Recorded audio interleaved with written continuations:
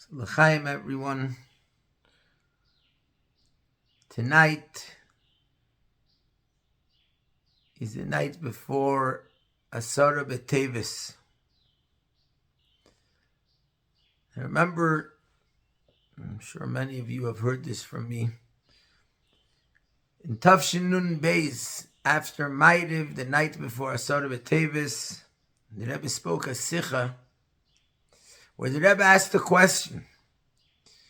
We know that it says that Asara B'Tevis is Be'etzem Hayom Hazeh, the Navi.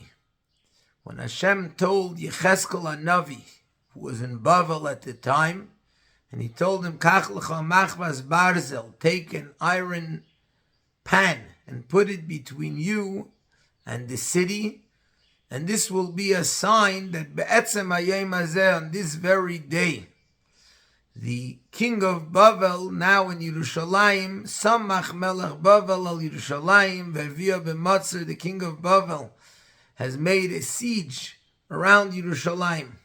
And later they checked, it was at the same time, it was on Asara B'Tevis. And so it was brought down that the fact that it says Be'etzem Hayom Hazeh, just like Yom Kippur, means that even if Asara B'Tevis would come out on Shabbos, which according to the calendar it can't come out on Shabbos, but even though Shiva Asar B'Tammuz and even Tisha B'Av, when they come out on Shabbos, we don't fast on Shabbos other than Yom Kippur. But Asara B'Tevis, we would fast even on Shabbos because the Navi said Be'etzem Hayom Hazeh, on this very day, just like Yom Kippur. And the Rebbe explained, because Kol Haschal is cautious. The beginnings are tough, and this is the beginning of the Galus. This is the beginning of the destruction. Unlike Shiva Asar B'Tammuz, which is already the breaching of the walls of Yerushalayim. Tisha B'Av is already the destruction of the Beis HaMikdash, etc. Asara B'Tevis is the beginning, the siege, the very beginning of the Galus, and therefore, because that's tougher, so it would have to be on that very day, even if it's Shabbos. The Rebbe asked the question, if that's the case, we know that Tisha B'Av, we start fasting already the night before, and definitely Yom Kippur. So why is it that Asara B'Tevis, the Chachamim established the fast that we only start in the morning? And the Rebbe explained an amazing point, and that is, what's a siege? What's the idea of a matzah, of a siege around Yerushalayim? When there came the breaching of the wall of Yerushalayim, there was already something that went wrong. Had the Jewish people then done tshuva, there would have to become, a gula would have to be reversed. And definitely when there was the destruction of the Beis HaMikdash, of course, there's always a possibility for tshuva, but if there was tshuva, then we would have to reverse the destruction of the Beis HaMikdash, rebuild the Beis HaMikdash. Whereby when it comes to Asara B'Tevis, the siege around Yerushalayim, when the king of Bavel didn't touch any of the houses of Yerushalayim, he didn't touch definitely the main house of Yerushalayim, the Beis HaMikdash. And so at that time, had the Jewish people done tshuva, they would be able to reverse the whole concept of Galus before it even started. And that's why when Chachamim established the fast of Asara B'Tevis, they established it in the same manner, that we don't start fasting in the by night, because this gives us the entire night to do tshuva, and through our tshuva we can reverse the galus without the fast even starting. And I remember when the Rebbe said the Sicha, we heard the Rebbe speaking that we have now a chance. The Eibishter git Yidden. The Eibishter gives Jews a night to do tshuva before the fast starts. And as the Rebbe said then, before Aleis HaShachar, before dawn, or even before that, the 3 hours before Netzachamba, the 3 hours before sunrise, that Mashiach can come right away. And we came back then to Yeshiva after the Sikha, and we asked the Mashpim, okay, we have to Tshuva, Mashiach's coming before tomorrow morning. What does it mean to do Tshuva? And they made a kinnos, they made a gathering, and each Mashpia spoke and explained and spoke about, and I remember the Pinya Korf got up and said, Tshuva by Chsidim, Tshuva means sit down and have a Chsidische Verbringen and say L'chaim. Tshuva has to be Miteich Simcha. We went to his house then to Verbring, etc., etc. The point of it is, that's the idea of the Tshuva before Asar B'Tevis even comes. And perhaps I was thinking how to understand this idea and how we can actually internalize it, and mostly to actually do Tshuva so that we can transform Asar B'Tevis. It's a special time. We can transform it into a Yom Tiv. We're holding now Asar B'Tevis. The Rebbe always speaks is Shloshim Yom Kaidam Achag. It's 30 days before Yot Shvat. Hashgacha Prat is yesterday. We went on a little trip with the Bachrim to see the crocodiles,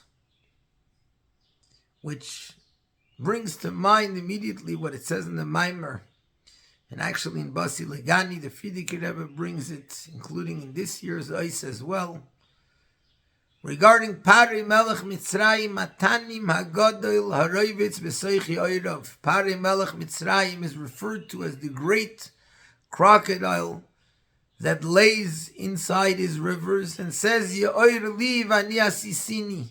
The river is mine and I made myself. We looked at the crocodiles and you can see the toikef of Klippa, the power of Klippa, the power of Klippa of an existence that just exists.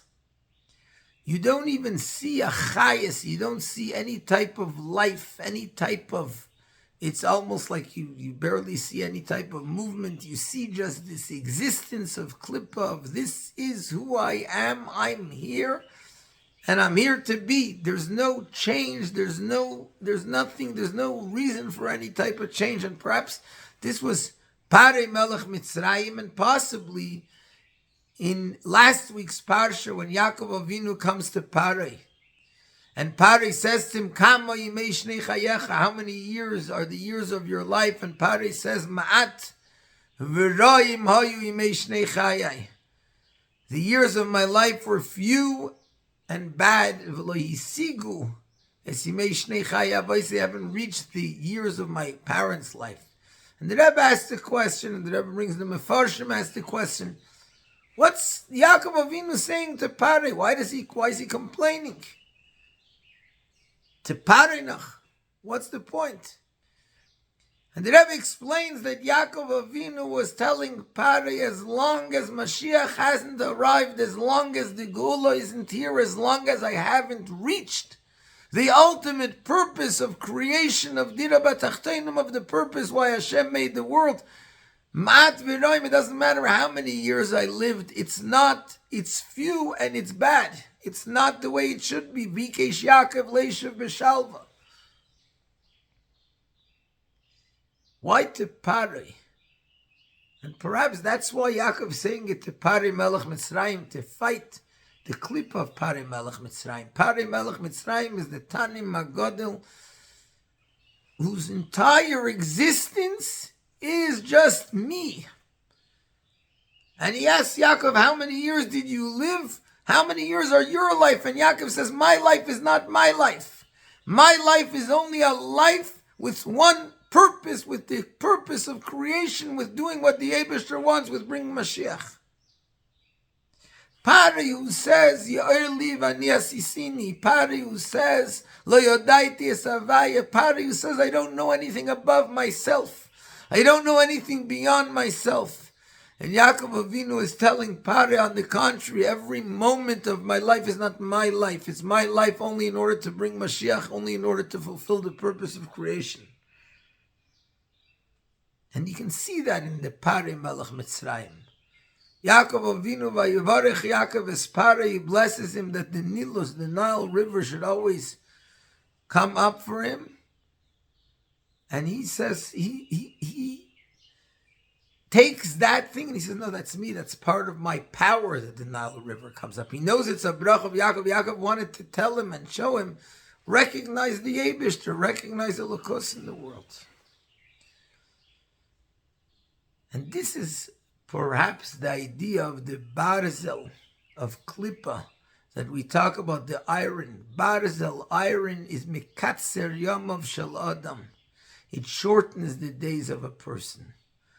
Iron goes with this unfeelingness, so to speak, with this lack of feeling, lack of care, coldly. Iron is cold, and it coldly just shortens the life of man. The opposite of the Mizbeach that recognizes, that brings out Adam ki Yakriv, the feeling, the connection of a Jew to Hashem. The iron does the opposite. Barzel. Barzel in Klippa is Shivcha ki Sirash Gvirta. I exist. It doesn't matter who's on top of me. It doesn't matter what's on top. The maidservant overpowers her mistress. Barzel is Oig Melech HaBashan. Arsay Eres Barzel. His bed is a bed of Barzel. That's the Mikabel, the receiver of the Klippa of Oig. Oig Melech HaBashan is Ba'amas Ish. Ba'amas Ish means he lives in his own world. He doesn't recognize something else. He doesn't recognize something higher. He doesn't recognize godliness. And that's the idea of Barzel. And that's perhaps the negative concept of the siege against Yerushalayim, and we understand what it means to breach the walls of Yerushalayim. Yerushalayim is Yira Shalim, the complete fear of Hashem. Breaching the walls of Yerushalayim means taking away those walls that protect it, the walls that separate the Yiras Shamayim, the fear of Hashem that a Jew has, that separate him from the world, that separate him from the negativity of the world, breaching those walls. But what does it mean, the siege around Yerushalayim? And the siege around Yerushalayim is alluded to with Barzel, with iron, meaning the idea of the siege around Yerushalayim.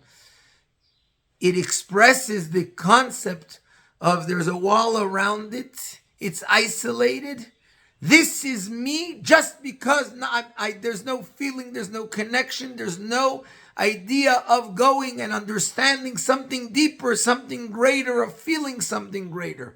It's cold-blooded, unfeeling idea of Barzel. And from there we transform it to Barzel of Gdusha, Eretz Asher Avoneha Barzel.